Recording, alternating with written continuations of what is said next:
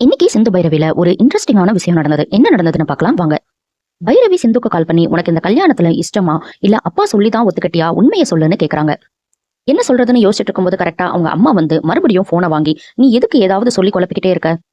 சிந்து யாரை கட்டிக்கிட்டா நல்லா இருப்பான்னு எங்களுக்கு தெரியும், நீ ஏதாவது சொல்லிக்கிட்டே இருக்காத, சட்டு புட்டுன்னு கிளம்பி வான்னு சொல்லிட்டு கிளம்புறாங்க. அதுக்கப்புறம் ஸ்னேகாவோட போட்டோ வச்சுட்டு சிந்து உட்காந்துருக்காங்க. இந்த போட்டோ இவங்க கையில எப்படி வந்ததுன்னு தெரியல. கொஞ்ச நேரம் பார்த்துட்டு கிழிச்சு போடுறாங்க.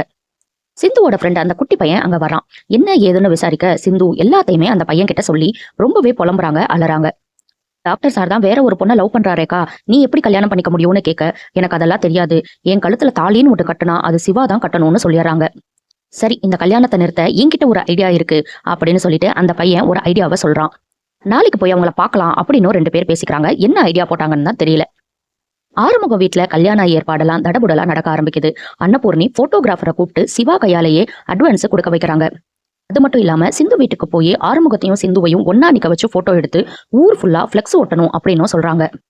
என் பையனுக்கு பொண்ணு தரமாட்டேன்னு சொன்ன இந்த ஊர் முன்னாடி பிளெக்ஸ் வச்சு பயங்கரமா கல்யாணம் நடத்தணும் அப்படின்னு சொல்றாங்க. ஆறுமுகத்தை கூப்பிட்டு, நீ போய் சிந்து கூட நின்று போட்டோ எல்லாம் எடுத்துட்டு வா அப்படின்னு சொல்றாங்க. ரொம்பவே வெக்கப்படுறாரு ஆறுமுகம். ஆறுமுகம் அடுத்து என்ன பண்ணுவாரு, சிவா கிட்ட சொல்லி, எனக்கு ரொம்ப கூச்சமா இருக்கு சிவா, நீயும் கூட வா அப்படின்னு கூப்பிடுறாரு. முதல்ல எனக்கு பிளெக்ஸ் எல்லாம் வேணான்னு சொல்றாரு. அதுக்கப்புறம் வேற வழி இல்லாம சரின்னு ஒத்துக்கிறாரு. நடக்கிறதெல்லாம் பார்த்து சிவாக்கு ஏதோ கொஞ்சம் பயமாவே தான் இருக்கு. அதுக்கப்புறம் சிந்துவை பாக்குறதுக்காக சிவா போறாரு.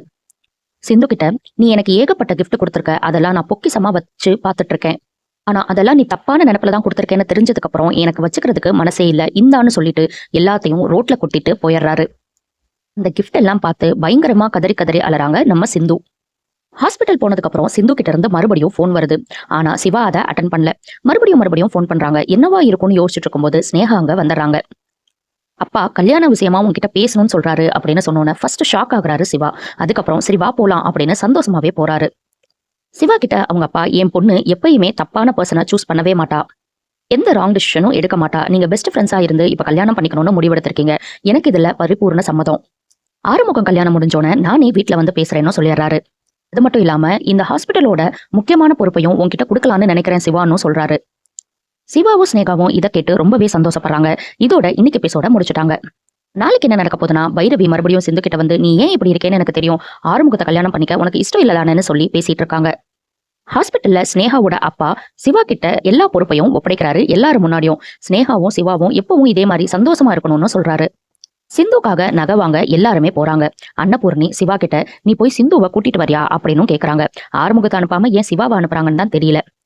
அதுக்கப்புறம் என்ன நடந்ததுன்னு தெரியல. சிந்து நகை கடைக்கு வரல, அதுக்கு பதிலா பைரவி தான் வர்றாங்க. இருந்தாலும் பரவாயில்லன்னு பைரவிக்கு எல்லா நகையும் போட்டு அழகு பாக்குறாங்க அன்னபூர்ணி. ஆறுமுகத்துக்கும் பைரவிக்கும் கொஞ்சம் கொஞ்சம் சண்டையா தான் இருக்கும். அதனால ரெண்டு பேரும் மூஞ்சி சுழிச்சுக்கிட்டே தான் இருக்காங்க. சிந்துக்கு பதிலா பைரவி எப்படி இங்க வந்தாங்க, சிந்துக்கும் சிவாக்கும் எப்படி கல்யாணம் நடக்க போகுது, ஆறுமுகத்துக்கும் பைரவிக்கும் எப்படி கல்யாணம் நடக்க போகுது அப்படிங்கறதெல்லாம் நம்ம பொறுத்திருந்து பார்க்கலாம்.